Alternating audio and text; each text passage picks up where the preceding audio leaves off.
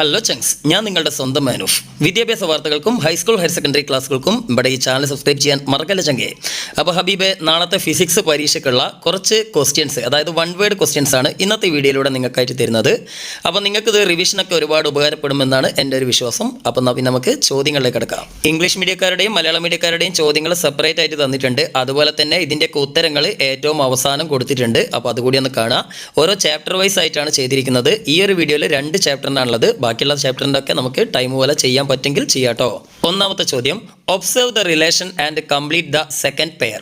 അതായത് ഇവിടെ 2 പെയറുകൾ തന്നിട്ടുണ്ട്. അതിൽ ഒരു പെയറിൻ്റെ റിലേഷൻ കറക്റ്റായിട്ട് കൊടുത്തിട്ടുണ്ട്. രണ്ടാമത്തെ പെയർ ഏതാണെന്നാണ് നിങ്ങളോട് കണ്ടെത്താൻ പറഞ്ഞത്. ഒന്നാമത്തേൽ ഇലക്ട്രിക് ഫാന്, അതിൻ്റെ പെയറായിട്ട് ഇവിടെ തന്നിരിക്കുന്നത് മെക്കാനിക്കൽ എഫക്റ്റ് എന്നാണ്. ഈ ഒരു ചോദ്യത്തിൽ നിന്നും നിങ്ങൾ മനസ്സിലാക്കേണ്ടത് വൈദ്യുതിയുടെ മെക്കാനിക്കൽ എഫക്റ്റ് അഥവാ യാന്ത്രിക ഫലത്തെ അടിസ്ഥാനമാക്കി പ്രവർത്തിക്കുന്ന ഒരു ഉപകരണമാണ് ഇലക്ട്രിക്കൽ ഫാൻ എന്നതാണ്. അങ്ങനെയെങ്കിൽ തൊട്ട് താഴെയായി നിങ്ങൾക്ക് നൽകിയിരിക്കുന്നത് ഇലക്ട്രിക് ഹീറ്റർ ആണല്ലോ. ഇലക്ട്രിക് ഹീറ്റർ വൈദ്യുതിയുടെ ഏത് സ്വഭാവത്തെ അടിസ്ഥാനമാക്കിയിട്ട് അല്ലെങ്കിൽ ഏത് സവിശേഷതയെ അടിസ്ഥാനമാക്കിയിട്ടാണ് വച്ചാണ് പ്രവർത്തിക്കുന്നത്? വൈദ്യുതിയുടെ ഹീറ്റിംഗ് എഫക്റ്റ് അഥവാ താപഫലത്തെ അടിസ്ഥാനമാക്കിയിട്ടാണ് ഹീറ്റർ പ്രവർത്തിക്കുന്നത്, അല്ലേ? ഇതേ ഫലത്തെ അടിസ്ഥാനമാക്കി പ്രവർത്തിക്കുന്ന വേറെയും കുറേ ഉപകരണങ്ങൾ നമ്മൾ പഠിച്ചിട്ടുണ്ടല്ലോ. ഏതൊക്കെയാ? സോൾഡറിങ് അയൺ, അതേപോലെ തന്നെ നമ്മുടെ അയൺ ബോക്സ്, ഇസ്തിരി പെട്ടി, അല്ലേ? ഇങ്ങനെയുള്ള കുറേ സാധനങ്ങളുണ്ട്. അതേപോലെ ഇലക്ട്രിക് കുക്കർ, ഇതൊക്കെ നമുക്കറിയാം താപമാണ് പുറത്തേക്ക് വിടുന്നത്, അല്ലേ? നമുക്ക് രണ്ടാമത്തെ ചോദ്യം നോക്കാം. Find the odd one out. അതായത് താഴെ കുറച്ച് ബൾബുകളുടെ പേരുകളൊക്കെ കൊടുത്തിട്ടുണ്ട്. അതിൽ ഒറ്റപ്പെട്ട കുടച്ചക്രം ഏതാണെന്നാണ് നിങ്ങൾ കണ്ടെത്തേണ്ടത്. Arc lamp, LED, CFL, sodium vapour lamp, ഇതെന്നൊക്കെ ഏതാണ് വ്യത്യസ്തമായിരിക്കുന്നതെന്നാണ് നിങ്ങൾ കണ്ടെത്തേണ്ടത്. അപ്പം ഇതിൻ്റെ ഉത്തരം ഞാനിപ്പോൾ പറയുന്നില്ല. ഇതിൻ്റെ ഉത്തരം ഈ വീഡിയോയുടെ അവസാനത്തിലുണ്ട്. അപ്പം നിങ്ങളത് സ്വന്തമായിട്ടൊന്ന് ആദ്യം കണ്ടെത്തി നോക്കി. ഒന്ന് റിവിഷൻ ആണല്ലോ, ഒന്ന് നിങ്ങൾക്ക് അറിയാവുന്നൊക്കെ ഒന്ന് ടെസ്റ്റ് ചെയ്ത് നോക്കട്ടോ. അതേപോലെ തന്നെ അടുത്ത ചോദ്യം, the amount of energy consumed in unit time എന്ന് വെച്ചാൽ യൂണിറ്റ് സമയത്തിൽ വിനിയോഗിക്കുന്ന വൈദ്യുതോർജ്ജം എന്ത് പേരിലാണ് അറിയപ്പെടുന്നതാണ്. അതിൻ്റെ ഉത്തരവും നിങ്ങൾ അവസാനത്തിൽ കണ്ടെത്തുക കേട്ടോ. ഇനി നാലാമത്തെ ചോദ്യം, the energy change in LED is. ഒരു LED ബൾബിലുള്ള എനർജി ചേഞ്ച്, അതായത് ഊർജ്ജമാറ്റം എന്താണെന്നാണ് ചോദിച്ചത്. അത് നമുക്കറിയാം എന്താണ്. LED ബൾബ് എന്ന് പറഞ്ഞാൽ ഇലക്ട്രിക്കൽ എനർജി, വൈദ്യുതോർജ്ജത്തെ എന്തോ ഒരു ഊർജ്ജമാക്കി മാറ്റില്ലേ. LED എന്ന് പറഞ്ഞാൽ ഒരു ബൾബാണല്ലോ, അല്ലേ? അപ്പം പിന്നെ എന്ത് ഊർജ്ജമാക്കുക? ലൈറ്റ് എനർജി അഥവാ എന്താണ്? നമ്മുടെ പ്രകാശോർജ്ജം, അല്ലേ? ഓക്കെ. ഇനി അടുത്ത എന്താണ്? The effect of electricity used by a fuse wire. അതായത് വൈദ്യുതിയുടെ ഏത് ഫലമാണ് ഫ്യൂസ് വയറിൽ ഉപയോഗപ്പെടുത്തുന്നതെന്ന്. ഒരു സർക്യൂട്ടിലേക്ക് അമിതമായി വൈദ്യുതി പ്രവഹിക്കുന്ന സമയത്ത്, അതായത് വല്ല ഷോർട്ട് സർക്യൂട്ട് ഒക്കെ ഉണ്ടാകുന്ന സമയത്ത് ഇവിടെ ഇലക്ട്രോണിക് ഉപകരണങ്ങളെ, അതായത് നമ്മളെ ഫ്രിഡ്ജ്, TV പോലുള്ള സാമാനങ്ങളുണ്ടല്ലോ, ഇതിനൊക്കെ സംരക്ഷിക്കാൻ വേണ്ടിയിട്ടുള്ള ഒരു ഉടായ്പ സാധനമാണ് ഇവിടെ ഈ ഫ്യൂസ് വയർ അല്ലെങ്കിൽ സുരക്ഷാ ഫ്യൂസ് എന്നൊക്കെ പറയുന്ന സാധനം, അല്ലേ? അപ്പോൾ ഇതിൻ്റെ പ്രവർത്തന തത്വം എന്താണെന്നാണ് നിങ്ങളോട് ചോദിച്ചത്. സംഭവം വേറൊന്നല്ല, ഇമ്പക്കറിയാം കൂടുതൽ വൈദ്യുതി, അതായത് ഇലക്ട്രിക് കറണ്ട് പ്രവഹിക്കുന്ന സമയത്ത് ഇവിടെ ഫ്യൂസ് വയർ അതുണ്ടാക്കിയത് ടിന്നും ലെഡും കൊണ്ടാണല്ലോ. അത് പെട്ടെന്ന് തന്നെ അങ്ങോട്ട് എന്ത് ചെയ്യും? ഉരുകിക്കാളും. അതായത് ചൂടാവും, അല്ലേ? ചൂടായിട്ട് അങ്ങോട്ട് ഉരുകി ആ ഒരു കണക്ഷൻ തന്നെ അങ്ങോട്ട് വിച്ഛേദിക്കപ്പെടും. അപ്പോൾ ഇവിടെ എന്ത് ഫലമാണ് ഉപയോഗിക്കപ്പെട്ടത്? അതായത് ഹീറ്റിംഗ് എഫക്റ്റ്, താപഫലം. ഇനി ആറാമത്തെ ചോദ്യം നോക്കൂ. Find out an appliance that utilises the heating effects of electricity. അതായത് താഴെ കുറച്ച് ഉപകരണങ്ങളൊക്കെ തന്നിട്ടുണ്ട്. അതിൽ ഇലക്ട്രിസിറ്റിയുടെ ഹീറ്റിംഗ് എഫക്റ്റ് എന്ന് വെച്ച് കഴിഞ്ഞാൽ നമ്മുടെ താപഫലത്തെ പ്രയോജനപ്പെടുത്തുന്ന ഉപകരണം ഏതാണെന്നാണ് ചോദിച്ചത്. എന്ന് വെച്ചാൽ വൈദ്യുതി കടന്നു പോകുമ്പോൾ ചൂടായിട്ട് അതിൻ്റെ റിസൾട്ട് തരുന്ന ഉപകരണം ഏതൊക്കെയാ? ഒന്ന് ഇലക്ട്രിക് ഫാന്. ഇലക്ട്രിക് ഫാന് വൈദ്യുതി കടന്നു പോകുമ്പോൾ ചൂടൊക്കെ തരും. പക്ഷേ ചൂടിന് വേണ്ടിയിട്ടല്ലല്ലോ നമ്മളത് ഉപയോഗിക്കണേ, കാറ്റ് കിട്ടാൻ വേണ്ടിയിട്ടല്ലേ, അല്ലേ? പിന്നെ ഇലക്ട്രിക് ബൾബ്. ഇലക്ട്രിക് ബൾബും ചൂടൊക്കെ ആവും, പക്ഷേ ഇമ്പക്ക് വേണ്ടത് വെളിച്ചാണല്ലോ. അപ്പോൾ അതുമല്ല. പിന്നെ ഏതാ? Soldering iron. സോൾഡറിങ് അയൺ അറിയാലോ, ഇവിടെ ഇലക്ട്രിക് ഷോപ്പ്, ഇലക്ട്രോണിക്സിൻ്റെ ഷോപ്പിലൊക്കെ ഉണ്ടാവും, അല്ലേ? അതായത് നമ്മൾ വെൽഡ് ചെയ്യാൻ വേണ്ടിയിട്ട്, വെൽഡ് ചെയ്യാന്ന് പറഞ്ഞു കഴിഞ്ഞാൽ ചെറിയ ചെറിയ ഇലക്ട്രോണിക് സാമാനങ്ങളൊക്കെ വെൽഡ് ചെയ്യാൻ വേണ്ടി ഉപയോഗിക്കുന്ന ഒരു സാധനമാണ് ഇത് സോൾഡറിങ് അയൺ. അപ്പോൾ അതെന്താ പരിപാടി? കറണ്ട് കടന്നു പോകുമ്പോൾ ചൂടാവും, അല്ലേ? നമ്മളെ ഇസ്തിരിപ്പെട്ടിൻ്റെ മാതിരിയാണ്. അപ്പോൾ അതല്ലേ ഇവിടെ ഉത്തരം. പിന്നെ അടുത്തത് ലൗഡ് സ്പീക്കറാണ്. ചലിക്കും ചുരുൾ ലൗഡ് സ്പീക്കർ അല്ലെങ്കിൽ മൂവിങ് കോയിൽ ലൗഡ് സ്പീക്കർ എന്ന് പറയും. മൂപ്പരെന്തായാലും ചൂടാവൂലേ എന്നുള്ളതല്ല ഇവിടെ കാര്യം. മൂപ്പരുമ്പൊക്കെ സൗണ്ട് തരുന്ന സാധനമാണ്, അല്ലേ? സൗണ്ട്. അപ്പോൾ പിന്നെ ഇവിടെ ഉത്തരം ഏതാണ്? സോൾഡറിങ് അയൺ ആണ്, അല്ലേ? ഇനി ഏഴാമത്തെ ചോദ്യം നോക്കൂ. Find out an appliance that utilises the lighting effect of electricity. അപ്പം വൈദ്യുതിയുടെ പ്രകാശഫലം എന്ന് വെച്ചാൽ കറണ്ട് കടന്നു പോകുമ്പോൾ ലൈറ്റ് തരുന്ന സാധനം. അത് പിന്നെ പറയാനൊന്നുമില്ലല്ലോ, താഴെയുള്ളതിൽ ബൾബാണെന്ന് എല്ലാവർക്കും അറിയാം, അല്ലേ? അപ്പം അതിന് ഉത്തരം പ്രത്യേകിച്ച് പറയേണ്ട ആവശ്യമില്ല. ഇനി എട്ടാമത്തത്, the device that change electrical energy to chemical energy എന്ന് വെച്ചാൽ വൈദ്യുതോർജ്ജത്തെ രാസോർജ്ജമാക്കി മാറ്റുന്ന ഒരു ഉപകരണം താഴെ കൊടുത്തതിലുണ്ട്. അത് ഏതാണ്? താഴെ കൊടുത്തിട്ടില്ല, അല്ലേ? എന്തായാലും അത് ഏതായിരിക്കും മച്ചാനെ? ഉത്തരം ഏതാ? നിങ്ങളൊന്ന് കണ്ടെത്ത്. ഓക്കെ, എന്തെങ്കിലുമൊക്കെ പണി വേണ്ടേ? എന്നിട്ട് ലാസ്റ്റ് ഉത്തരം ഒന്ന് ചെക്ക് ചെയ്ത് നോക്കണ്ട കേട്ടോ. ഇനി 9ാമത്തത് എന്താ? Fuse wire is N alloy of dash and dash. അതായത് ഫ്യൂസ് വയർ, സുരക്ഷാ ഫ്യൂസ് ഉണ്ടല്ലോ, അതിലെ ഫ്യൂസ് വയർ ഉണ്ടാക്കുന്നത് ഏതൊക്കെ ലോഹസങ്കരങ്ങൾ കൊണ്ടാണെന്ന് നമുക്കറിയാം. നേരത്തെ അതിൻ്റെ ഉത്തരം പറഞ്ഞു കഴിഞ്ഞു, ടിന്ന്, ലെഡ് അല്ലേ. ഇനി 10ാമത്തത് the SI unit of energy, അതായത് ഊർജ്ജത്തിൻ്റെ യൂണിറ്റ് ഏതാന്ന്. ഓക്കെ, അപ്പോൾ അതിൻ്റെ ഉത്തരവ് നിങ്ങളൊന്ന് സ്വന്തമായിട്ട് കണ്ടെത്തിട്ടോ. അപ്പോൾ 1ാമത്തെ ചാപ്റ്ററിന് ഇത്ര ചോദ്യങ്ങളേ ഉള്ളൂ. നമുക്ക് ഇതിൻ്റെ ഉത്തരങ്ങളൊക്കെ ഒന്ന് പരിശോധിക്കാം. ഏതായാലും നിങ്ങൾ കണ്ടെത്തിയല്ലേ, ശരിയാണെന്നൊക്കെ ഒന്ന് നോക്കി.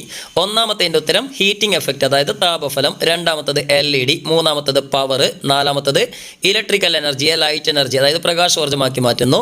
പിന്നെ ഹീറ്റിംഗ് എഫക്റ്റ്, അതായത് താപഫലം. 6ാമത്തത് സോൾഡറിങ് അയൺ. 7ാമത്തത് ഇലക്ട്രിക് ബൾബ്. പിന്നെ 8ാമത്തത് സ്റ്റോറേജ് ബാറ്ററി. പിന്നെ 9ാമത്തത് ടിന്ന്, ലെഡ്. 10ാമത്തത് ജൂള്. മനസ്സിലായല്ലോ? നിങ്ങളെ എത്ര പേർക്ക് ശരിയായി എന്നൊക്കെ ഒന്ന് ചെക്ക് ചെയ്യാം കേട്ടോ. ഇനി നമുക്ക് അടുത്ത ചാപ്റ്റർ, 2ാമത്തെ ചാപ്റ്ററിലേക്ക് കിടക്കാം. അപ്പോൾ 2ാമത്തെ ചാപ്റ്ററിന്റെ പേരൊക്കെ എല്ലാവർക്കും അറിയാലോ, magnetic effect of electric current, അതായത് വൈദ്യുത കാന്തിക ഫലം എന്ന് വെച്ചാൽ വൈദ്യുതിയുടെ കാന്തിക ഫലം അല്ലേ. അപ്പോൾ ഈ ചാപ്റ്ററിൽ നമ്മൾ പ്രധാനമായിട്ടും 2 ഉപകരണങ്ങളെ കുറിച്ചാണ് പഠിക്കുന്നത്. ഒന്നും ഇവിടെ ഇലക്ട്രിക് മോട്ടോർ, മറ്റേത് മൂവിംഗ് കോയിൽ ലൗഡ് സ്പീക്കർ, അതായത് ചലിക്കും ചുരുൾ ലൗഡ് സ്പീക്കർ അല്ലേ. അപ്പോൾ ഏതായാലും ഈ ഒരു ചാപ്റ്ററുമായി ബന്ധപ്പെട്ടിട്ട് 1 മാർക്കിന് എന്തൊക്കെ ചോദ്യങ്ങൾ ചോദിക്കാമെന്നൊക്കെ നമുക്കൊന്ന് നോക്കാം. ഓക്കെ, ഇത് പരീക്ഷയ്ക്ക് വരുന്നത് മാത്രമല്ല ഉൾപ്പെടുത്തിയിട്ടുള്ളത്, നിങ്ങൾക്കൊന്ന് റിവിഷൻ ചെയ്യാനും കൂടി വേണ്ടിയിട്ടാണ് കേട്ടോ. അപ്പോൾ നമുക്ക് ഫസ്റ്റത്തെ ചോദ്യം നോക്കാം. Find out the one which is not the part of electric motor. അതായത് ഒരു മോട്ടോറിന്റെ പാർട്സ് അല്ലാത്ത, ഭാഗമല്ലാത്തത് താഴെ ഒന്ന് കൊടുത്തിട്ടുണ്ട്. ആ കൂട്ടത്തിൽ പെടാത്ത ചങ്ങായിനെ പിടിച്ചിട്ട് പുറത്തെടുക്കാനാണ് നിങ്ങളോട് പറഞ്ഞത് അല്ലേ. അപ്പോൾ ഒന്ന് ആർമേച്ചർ. ആർമേച്ചർ പിന്നെ മോട്ടോറിന്റെ പ്രധാനപ്പെട്ട ഹൃദയഭാഗമാണ് അല്ലേ. 2 ഫീൽഡ് കാന്തങ്ങളുടെ ഇടയിൽ ഇങ്ങനെ റൊട്ടേറ്റ് ചെയ്യുന്ന സാധനമല്ലേ ആർമേച്ചർ. അതായത് ഒരു എന്താണ് ആർമേച്ചർ എന്ന് പറഞ്ഞാൽ തന്നെ നമുക്കറിയാം, ഒരു പച്ചിരുമ്പ് കോറിന്റെ ചുറ്റിലും ഇങ്ങനെ സോളിനോയിഡ് അല്ലേ. അതായത് ഒരു ഒരു ചെമ്പുകമ്പിയോ എന്തെങ്കിലുമൊക്കെ ഒരു ചാലകം എന്ത് ചെയ്യുക, ചുറ്റി വെച്ചിരിക്കുകയാണ് നമ്മുടെ ഈ ഒരു ആർമേച്ചർ എന്ന് പറയുന്ന സാധനം. ഈ ആർമേച്ചറിലൂടെയാണ് കറണ്ട് കടന്നു പോകും. ഈ ആർമേച്ചർ ഇങ്ങനെ കറങ്ങുമ്പോഴാണ് ഇവിടെ മോട്ടോറിന് അതിന്റെ യഥാർത്ഥ ഫംഗ്ഷൻ ലഭിക്കുന്നത്. അതായത് മോട്ടോർ എന്ന് പറഞ്ഞാൽ കറങ്ങണ സാധനം എന്നാണല്ലോ. അപ്പൊ കറങ്ങണമെങ്കിൽ ആർമേച്ചർ കറങ്ങണം. ആർമേച്ചർ കറങ്ങണമെങ്കിൽ വേറെ കുറെ പരിപാടി ഉണ്ട്, നിങ്ങൾ അതിൽ പഠിച്ചിട്ടുണ്ടാവുമല്ലോ. അപ്പൊ പിന്നെ ആർമേച്ചർ എന്തായാലും ഇവിടെ വേണം അല്ലേ. ഇനി 2ാമത്തത് സ്പ്ലിറ്റ് റിങ്സ് ആണ്. ഈ സ്പ്ലിറ്റ് റിങ് എന്ന് പറഞ്ഞു കഴിഞ്ഞാൽ സംഭവം എന്താണെന്ന് വിചാരിച്ചാൽ, ഒരു വലിയൊരു റിങ്, ഒരു ബട്ടം, ആ ബട്ടത്തിനെ 2ആയിട്ട് അങ്ങോട്ട് സ്പ്ലിറ്റ് ചെയ്യുക. അപ്പോൾ അതെന്തായി, സ്പ്ലിറ്റ് റിംഗ് ആയി. അതായത് അർദ്ധവളയങ്ങൾ അല്ലേ. അപ്പോൾ ഇത് എന്തിനാന്ന് വിചാരിച്ചാൽ, ഇത് ആർമേച്ചറിന്റെ ആ ഒരു 2 അറ്റത്തായിട്ട് നമ്മൾ ഇങ്ങനെ എന്ത് ചെയ്യുന്നു, വെൽഡ് ചെയ്ത് വെക്കുക ചെയ്യുക. അപ്പോൾ ശരിക്കും പറഞ്ഞാൽ ആർമേച്ചർ കറങ്ങുമ്പോൾ ഈ മച്ചാമാർ, അതായത് ഈ 2 സ്പ്ലിറ്റ് റിങ്ങും കൂടി അങ്ങോട്ട് വട്ടത്തിൽ ഇങ്ങനെ കറങ്ങാൻ തുടങ്ങും. അപ്പോൾ ശരിക്കും പറഞ്ഞാൽ ആർമേച്ചർ, ഒരു മോട്ടോറിൽ നമ്മളെ ഈ ഒരു കറണ്ട് ഇങ്ങനെ ഇടയ്ക്കിടയ്ക്ക് ഇങ്ങനെ ചേഞ്ച് ആയിക്കൊണ്ടിരിക്കണം. അങ്ങനെ ചേഞ്ച് ആവുന്ന സമയത്താണ് ആർമേച്ചർ ഇങ്ങനെ ഫുൾ ടൈം റൊട്ടേറ്റ് ചെയ്തുകൊണ്ടിരിക്കുക. മോട്ടർ ആകുമ്പോൾ ഇങ്ങനെ ഒന്ന് അങ്ങോട്ടും ഒന്ന് ഇങ്ങോട്ടും കറങ്ങിയിട്ട് കാര്യമില്ലല്ലോ, മൊത്തത്തിൽ ഇങ്ങനെ കറങ്ങിക്കൊണ്ടേ നിൽക്കണ്ടേ വൈദ്യുതി കടന്നു പോകുമ്പോൾ. അപ്പോൾ ശരിക്കും പറഞ്ഞാൽ ഈ കറണ്ട് ഇങ്ങനെ ചേഞ്ച് ആയിക്കൊണ്ടിരിക്കാൻ വേണ്ടിയിട്ട് ഒരു മോട്ടറിനെ ഹെൽപ്പ് ചെയ്യുന്നത് ഈ സ്പ്ലിറ്റ് റിംഗ് ആണ്. അപ്പോൾ പിന്നെ മൂപ്പരും വേണം. ഈ ആർമേച്ചർ കോയിലൂടെ കടന്നു പോകുന്ന ഈ കറണ്ടിനെ ഇങ്ങനെ ഇടയ്ക്കിടയ്ക്ക് ചേഞ്ച് വരുത്താൻ സഹായിക്കുന്നതുകൊണ്ടാണ് ഇവിടെ ഈ സ്പ്ലിറ്റ് റിങ്ങിനെ സ്പ്ലിറ്റ് റിംഗ് കമ്മ്യൂട്ടേറ്റർ എന്നും കൂടി പറയുന്നത് അല്ലേ. കമ്മ്യൂട്ടേറ്റർ എന്ന് പറഞ്ഞാൽ തന്നെ ചേഞ്ച് ചെയ്യിപ്പിക്കുന്ന സാധനമാണല്ലോ, മാറ്റം ഉണ്ടാക്കണേ. അപ്പോൾ എന്തായാലും ആ കാര്യങ്ങളൊക്കെ ഒന്ന് അതിൻ്റെ കൂടെ ഒന്ന് മനസ്സിലാക്കി വെക്കുക കേട്ടോ, നല്ലതാണ് പണി വരാതിരിക്കാൻ. ഇനി അടുത്തത് വോയിസ് കോയിലാണ്. അതങ്ങോട്ട് ശരിയല്ലോ. വോയിസ് കോയിൽ നമുക്ക് അറിയാം, നമ്മുടെ ചലിക്കും ചുരുൾ ലൗഡ് സ്പീക്കർ, അതായത് മൂവിംഗ് കോയിൽ ലൗഡ് സ്പീക്കറിന്റെ പാർട്ടാണ് അല്ലേ. ഇനി അടുത്തത് പെർമനന്റ് മാഗ്നറ്റ്, സ്ഥിരകാന്തം. അതില്ലാതെ പിന്നെ എന്ത് പരിപാടി നടക്കൂലല്ലോ. കാരണം എന്താ, ഈ കാന്തമാണ് എന്തുണ്ടാക്കുന്നത്, നമ്മുടെ ഫോഴ്സ്, ബലം ഉണ്ടാക്കണേ. എന്തിനകത്ത്, മോട്ടോറിനകത്ത്. ആരെ കറക്കാന്, ഇവിടെ ആർമേച്ചറിനെ കറക്കാന്. നമ്മൾ വൈദ്യുതി ആർമേച്ചറിലൂടെ എന്ത് ചെയ്യുന്നു, കടത്തി വിടുന്നു. അപ്പൊ ആർമേച്ചറിലൂടെ വൈദ്യുതി കടത്തി വിടുമ്പോൾ മൂപ്പര് ഒരു ചെറിയ സോളിനോയിഡ് ആണല്ലോ. ഇവിടെ ഈ സോളിനോയിഡിലൂടെ, അതായത് ഒരു കമ്പിച്ചുള്ളിന്റെ അകത്ത് കൂടിയ ഈ വൈദ്യുതി, അതായത് ഇലക്ട്രിസിറ്റി കടന്നു പോണ സമയത്ത് ആ സോളിനോയിഡിന് ചുറ്റും ഒരു മാഗ്നറ്റിക് ഫീൽഡ് ഉണ്ടാവുന്നത് നമ്മൾ ആദ്യം തന്നെ പഠിച്ചതല്ലേ. അപ്പോൾ ഈ മാഗ്നറ്റിക് ഫീൽഡും അതേപോലെ തന്നെ ഇതിന്റെ അപ്പുറത്ത് 2 സ്ഥലത്തും നമ്മൾ 2 കാന്തങ്ങൾ അല്ലേ, അതായത് നോർത്ത് പോളും സൗത്ത് പോളുള്ള കാന്തം എന്ത് ചെയ്യുന്നുണ്ട്, ഫിക്സ് ചെയ്ത് വെക്കുന്നുണ്ട് അല്ലേ. അപ്പോൾ ഈ കാന്തത്തിന് നോർത്ത് പോളിന് സൗത്ത് പോളിലേക്ക് എന്തായാലും ഒരു മാഗ്നറ്റിക് ഫീൽഡ് ഇങ്ങനെ പോവല്ലോ. അപ്പോൾ ഈ 2 മാഗ്നറ്റിക് ഫീൽഡും കൂടി ആവുമ്പോൾ അടിപൊളി, ഹാപ്പി ബർത്ത്ഡേ. എന്താ സംഭവിക്കുക, ആകെ കൂടി അൽഗുൽത്തായി അവിടെ വലിയൊരു ഫോഴ്സ് ഉണ്ടാവും. ആ ഫോഴ്സ് ആണ് ആരെ പിടിച്ച് കറക്കണത്, നമ്മുടെ ആർമേച്ചറിനെ പിടിച്ചിട്ട് കറക്കണത്. അപ്പോൾ ശരിക്കും പറഞ്ഞാൽ മോട്ടോർ കറങ്ങാനുള്ള ഫോഴ്സ് ഉണ്ടാക്കുന്നത് ശരിക്കും ആരൊക്കെയാണ്, ഈ ഫീൽഡ് കാന്തവും പിന്നെ ആർമേച്ചറിനകത്ത് കൂടി പോണ കറണ്ടും അല്ലേ. അപ്പോൾ എന്തായാലും ഫീൽഡ് കാന്തം വേണമെന്ന് മനസ്സിലായില്ലേ. അപ്പോൾ സത്യങ്ങളൊക്കെ മനസ്സിലായ സ്ഥിതിക്ക് വില്ലൻ നമ്മളെ വോയിസ് കോയിലെന്ന് മനസ്സിലായല്ലോ. ഇനി ഇതല്ല, ഇലക്ട്രിക് മോട്ടോറിന്റെ പ്രധാനപ്പെട്ട പാർട്സുകൾ ഏതൊക്കെയാണെന്ന് ചോദിച്ചു കഴിഞ്ഞാൽ ആർമേച്ചർ, അതേപോലെ തന്നെ സ്പ്ലിറ്റ് റിംഗ്, പിന്നെ പെർമനന്റ് മാഗ്നറ്റ്, ഇങ്ങനെയൊക്കെ എഴുതാനുള്ള കഴിവും നിങ്ങൾക്ക് വേണം കേട്ടോ. അത് മാത്രമല്ല ഇതിൻ്റെയൊക്കെ ഫംഗ്ഷനും കൂടി ഒന്ന് പഠിച്ചു വെച്ചോളി, മിക്കവാറും ചോദ്യം വരും. ഇനി 3ാമത്തെ ചോദ്യം, the rule used to find the direction of magnetic field around the current carrying conductor.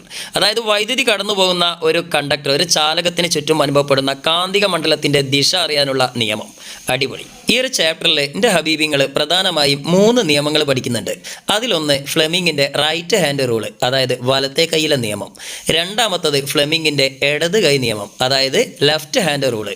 പിന്നെ മാക്സ്വെല്ലിൻ്റെ റൈറ്റ് ഹാൻഡ് തമ്പ് റൂള്, അതായത് വലത് കൈ പെരുവിരൽ നിയമം.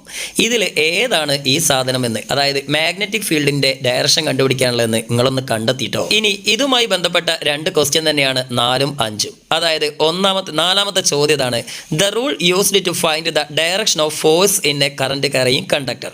അതായത് വൈദ്യുതി പ്രവഹിക്കുന്ന ഒരു ചാലകത്തിലെ ബലം എങ്ങനെയാണ്. അതായത് നമുക്കറിയാം വൈദ്യുതി ഒരു ചാലകത്തിലൂടെ കടന്നു പോകുമ്പോൾ എന്തായാലും ആ ചാലകത്തിന് ചുറ്റും ഒരു ഫോഴ്സ് ഉണ്ടാവും അല്ലേ. അപ്പോൾ ആ ഫോഴ്സ് എങ്ങോട്ടായിരിക്കും, മേലോട്ടാണോ താഴോട്ടാണോ അല്ലെങ്കിൽ വലത്തോട്ടാണോ ഇടത്തോട്ടാണോ എന്നൊക്കെ അറിയാനും ഇമ്പക്കൊരു ചെറിയ കൈവിരൽ നിയമമുണ്ട്. ആ നിയമം ഏതാണെന്നാണ് ചോദിച്ചത്. ഇനി അടുത്തെന്താണ് the rule used to find the direction of current in magnetic induction. അതായത് ഇൻഡ്യൂസ്ഡ് മാഗ്നറ്റ് ഉണ്ടല്ലോ എന്ന് പറഞ്ഞാൽ കാന്തിക പ്രേരണം. ഇതിൻ്റെ ഫലമായിട്ടുണ്ടാകുന്ന വൈദ്യുതിയുടെ ഡയറക്ഷൻ അളക്കാൻ ഏത് നിയമമാണ് ഉപയോഗിക്കുക എന്നാണ് നിങ്ങളോട് ചോദിച്ചിട്ടുള്ളത്. അപ്പോൾ അതും കൂടി ഒന്ന് കണ്ടെത്തിട്ടോ. ഇനി 6ാമത്തെ ചോദ്യം, when electricity passes through a solenoid it acts like a dash. അതായത് ഒരു സോളിനോയിഡ് എന്ന് പറഞ്ഞാൽ കമ്പി ചുരുൾ അല്ലേ, ചുരുട്ടി വെച്ചിരിക്കുന്ന കമ്പി, നമ്മളെ സ്പ്രിങ് മാറി. അപ്പോൾ ഇതിനകത്ത് കൂടിയ ഇലക്ട്രിസിറ്റി പോകുമ്പോൾ അതെന്തായിട്ട് മാറുന്ന ചോദിച്ചത്. അതിപ്പോൾ നമ്മൾ പറഞ്ഞല്ലോ, അതെന്തായിട്ട് മാറും, ഒരു വൈദ്യുത കാന്തം ഇലക്ട്രോ മാഗ്നറ്റ് ആയിട്ട് മാറും. ഇനി 7ാമത്തെ ചോദ്യം, the working principle of A loud speaker. ഈ ലൗഡ് സ്പീക്കർ ഉണ്ടല്ലോ, ചലിക്കും ചുരുൾ ലൗഡ് സ്പീക്കർ അല്ലെ, മൂവിംഗ് കോയിൽ ലൗഡ് സ്പീക്കർ, അതിൻ്റെ പ്രവർത്തന തത്വം എന്താണെന്നാണ് ചോദിച്ചത്. ലൗഡ് സ്പീക്കറിൻ്റെതായാലും ഇലക്ട്രിക് മോട്ടോറിൻ്റെതായാലും പ്രവർത്തന തത്വം സെയിം ആണ്. മോട്ടോർ പ്രിൻസിപ്പിൾ എന്നാണ് ഇതിന് പറയുക. അതായത് വൈദ്യുതി കടന്നു പോകുമ്പോൾ അതിന് ചുറ്റോടും എന്തുണ്ടാവും, ആ കോയിലിന് ചുറ്റോടും ഒരു മാഗ്നറ്റിക് ഫീൽഡ് ഡെവലപ്പ് ചെയ്യും. ആ മാഗ്നറ്റിക് ഫീൽഡ് എന്തിനെ കറക്കും, ആ ഷാഫ്റ്റിനെ അല്ലെങ്കിൽ ഈ പറഞ്ഞിട്ടുള്ള ആർമേച്ചറിനൊക്കെ കറക്കും. ഇതന്നെയാണ് പരിപാടി, magnetic effect of electric current, അതായത് വൈദ്യുതിയുടെ കാന്തിക ഫലം അല്ലേ. ഇനി നമുക്ക് അടുത്ത ചോദ്യം നോക്കാം. അതായത് 8ാമത്തെ ചോദ്യം, find the odd one out എന്ന് വെച്ചാൽ കൂട്ടത്തിൽ പെടാത്തവനെ ചവിട്ടി പുറത്താക്കാൻ. അപ്പോൾ താഴെ തന്നിരിക്കുന്ന മുതലാളിമാർ ആരൊക്കെയാ നോക്കല്ലേ. ഒന്ന് ഇലക്ട്രിക് മോട്ടോറാണ്, രണ്ടാമത്തത് ലൗഡ് സ്പീക്കറാണ്, 3ാമത്തത് ഇലക്ട്രിക് ജനറേറ്റർ, 4ാമത്തത് ഇലക്ട്രിക് പെല്ല്. അപ്പോൾ നോക്കിയാൽ തന്നെ നമുക്ക് കാര്യം മനസ്സിലാവും. ഇതിൽ ഒരാൾ മാത്രം ഇലക്ട്രോ മാഗ്നറ്റിക് ഇൻഡക്ഷൻ, അതായത് വൈദ്യുത കാന്തിക പ്രേരണം അടിസ്ഥാനമാക്കിയാണ് പ്രവർത്തിക്കുന്നത്. ബാക്കി 3 ആൾക്കാർ മോട്ടോർ പ്രിൻസിപ്പിൾ, അതായത് മോട്ടോർ തത്വം അടിസ്ഥാനമാക്കിയിട്ടാണ് പ്രവർത്തിക്കുന്നത്. അപ്പോൾ അത് ആരാന്ന് കണ്ടുപിടിച്ചാൽ പ്രശ്നം കഴിഞ്ഞ്. മക്കൾ തന്നെ ഒറ്റക്കൊന്ന് കണ്ടുപിടിക്കാൻ നോക്കട്ടോ. ഇനി 9ാമത്തെ ചോദ്യം, which device is used for changing the direction of current in electric motor. ഒരു ഇലക്ട്രിക് മോട്ടോറിലെ കറന്റിന്റെ ഡയറക്ഷൻ, വൈദ്യുതി പ്രവാഹത്തിന്റെ ഡയറക്ഷൻ മാറ്റാൻ വേണ്ടി ഉപയോഗിക്കുന്ന ഉപകരണം ഏതാണെന്ന് ചോദിച്ചേ. അത് നമ്മൾ നേരത്തെ പറഞ്ഞല്ലോ, എന്തോ ഒരു റിംഗ് അല്ലേ. ഏത് റിംഗാ, സ്പ്ലിറ്റ് റിംഗ് അല്ലേ. ഇത് ശ്രദ്ധിക്കേണ്ട കാര്യമുണ്ട്. സ്ലിപ്പ് റിംഗ്, സ്പ്ലിറ്റ് റിംഗ് എന്ന് പറഞ്ഞാൽ 2 മുതലുകളുണ്ട്. അതിൽ സ്ലിപ്പ് റിംഗ് എന്ന് പറഞ്ഞാൽ ജനറേറ്ററിൻ്റെ അകത്ത് ഉപയോഗിക്കുന്നതാണ്. അതായത് ആ സ്ലിപ്പ് റിംഗ് എന്ന് പറഞ്ഞാൽ കംപ്ലീറ്റ് റിംഗ് ആണ്. പക്ഷേ സ്പ്ലിറ്റ് റിംഗ് എന്ന് പറഞ്ഞാൽ ഹാഫ് റിംഗ് ആണ്, 2 പകുതിയാണ്. അത് മനസ്സിലാക്കട്ടോ. അപ്പോൾ DC മോട്ടോർ, DC ജനറേറ്റർ, ഇതിൻ്റെ അകത്തൊക്കെ നമ്മൾ ഉപയോഗിക്കുന്നത് സ്പ്ലിറ്റ് റിംഗ് ആണ്, മാറിപ്പോവല്ലേ. അതേപോലെ തന്നെ AC ജനറേറ്റർ, AC മോട്ടോർ, ഇതിനകത്തൊക്കെ നമ്മൾ ഉപയോഗിക്കുന്നത് സ്ലിപ്പ് റിംഗുമാണ്, മറക്കല്ലേ. ഇനി അത് മറന്നു പോവാതിരിക്കാൻ ചെറിയൊരു കോഡും കൂടി തരാം. AC-ക്കൊക്കെ സ്ലിപ്പും അതേപോലെ തന്നെ DC-ക്കൊക്കെ സ്പ്ലിറ്റും. ഓക്കെ. ഇനി 10ാമത്തെ ചോദ്യം, the brushes of N electric motor are made of. അതായത് നമുക്കറിയാം ഇലക്ട്രിക് മോട്ടോറിൻ്റെ മറ്റൊരു പ്രധാനപ്പെട്ട ഭാഗം, ഇലക്ട്രിക് മോട്ടോറിന് മാത്രമല്ല ജനറേറ്ററിനൊക്കെ ഉണ്ട് എന്ത്, ബ്രഷ് എന്ന് പറഞ്ഞൊരു സാധനം അല്ലേ. ഈ ബ്രഷ് എന്ന് പറഞ്ഞാൽ നമ്മളെ പല്ലേക്കണ ബ്രഷോ അല്ലെങ്കിൽ പെയിൻ്റ് അടിക്കുന്ന ബ്രഷോ നല്ല ചങ്കേ. ഇതെന്ന് പറഞ്ഞാൽ കാർബൺ കൊണ്ടോ അല്ലെങ്കിൽ ഗ്രാഫൈറ്റ് കൊണ്ടൊക്കെ ഉണ്ടാക്കിയിട്ടുള്ള ഒരു മുതലാണ്. സാധാരണയായിട്ട് ഉപയോഗിക്കൽ ഗ്രാഫൈറ്റ് ആണ്. ഓക്കെ. അപ്പോൾ ഇവിടെ ആൻസർ ആയിട്ട് എഴുതേണ്ടത് ഗ്രാഫൈറ്റ് എന്നാണ്. ബ്രഷ് ഉണ്ടാക്കുന്നത് ഗ്രാഫൈറ്റ് കൊണ്ടാണ്. അപ്പം ഞാൻ നാളെ പല്ലേക്കണ ബ്രഷ് ഗ്രാഫൈറ്റ് കൊണ്ടാണെന്ന് വിചാരിക്കേണ്ട, അത് വേറെ മുതലാണ്, ഇത് വേറെ മുതലാണ് കേട്ടോ. ഇനി ചിലപ്പോൾ നിങ്ങൾക്ക് ചോദിക്കും, ഈ ഗ്രാഫൈറ്റ് കൊണ്ടുള്ള ബ്രഷ് എന്തിനാണ് നമ്മുടെ ഇലക്ട്രിക് മോട്ടോറിനും അതേപോലെ ജനറേറ്ററിലൊക്കെ ഉപയോഗിക്കുന്നതെന്ന്. ഇതെന്താ സംഭവം എന്ന് വിചാരിച്ചാൽ നമുക്കറിയാം ഈ സ്പ്ലിറ്റ് റിംഗ് ആയാലും സ്ലിപ്പ് റിംഗ് ആയാലും ഇതൊക്കെയാണല്ലോ ഈ ജനറേറ്ററിലും അതേപോലെ തന്നെ നമ്മുടെ മോട്ടോറിലൊക്കെ ഇങ്ങനെ കറങ്ങിക്കൊണ്ടിരിക്കുന്നത്. അപ്പോൾ ഈ സാധനം മെറ്റൽ കൊണ്ട്, ലോഹം കൊണ്ട് ഉണ്ടാക്കിയതാണ്. ജനറേറ്ററിലായാലും മോട്ടോറിലായാലും നമ്മളെ ആർമേച്ചറിൻ്റെ കൂടെ ബട്ടത്ത് കറങ്ങാനാണല്ലോ സ്പ്ലിറ്റ് റിംഗും സ്ലിപ്പ് റിംഗും ഒക്കെ ഉപയോഗിക്കുന്നത്. അപ്പോൾ ഇവന്മാരിങ്ങനെ കറങ്ങിക്കൊണ്ടിരിക്കും. പക്ഷേ ഇവിടെ ബ്രഷ് എന്ന് പറഞ്ഞ സാധനം ഒരു സ്ഥലത്ത് അവിടെ ഇവിടെ ഫിക്സ് ചെയ്ത് വെച്ചിരിക്കുകയാണ്. അപ്പോൾ നിങ്ങളൊന്ന് ആലോചിച്ച് നോക്ക്, ഈ റിങ്ങുകൾ, അതായത് സ്ലിപ്പ് റിംഗ് ആയാലും സ്പ്ലിറ്റ് റിംഗ് ആയാലും മെറ്റലാണല്ലോ, ലോഹമാണല്ലോ. അപ്പോൾ അതേപോലെ തന്നെ ബ്രഷും മെറ്റലാണെങ്കിൽ എന്തായിരിക്കും കഥ? ഇത് രണ്ടും കൂടി കൂട്ടി വരസും. അപ്പം പിന്നെ എന്തുണ്ടാവും? കൊറോഷൻ ഉണ്ടാവും. അതായത് എന്ത് സംഭവിക്കും? തേയ്മാനം ഉണ്ടാവും. തേയ്മാനം മാത്രമല്ല, രണ്ട് മെറ്റൽ ഇങ്ങനെ ഹൈ സ്പീഡിൽ, മോട്ടറൊക്കെ എന്ന് പറഞ്ഞാൽ നല്ല ഹൈ സ്പീഡിലല്ലേ കറങ്ങുക, ജനറേറ്റർ മോശക്കാരനൊന്നല്ല അല്ലേ?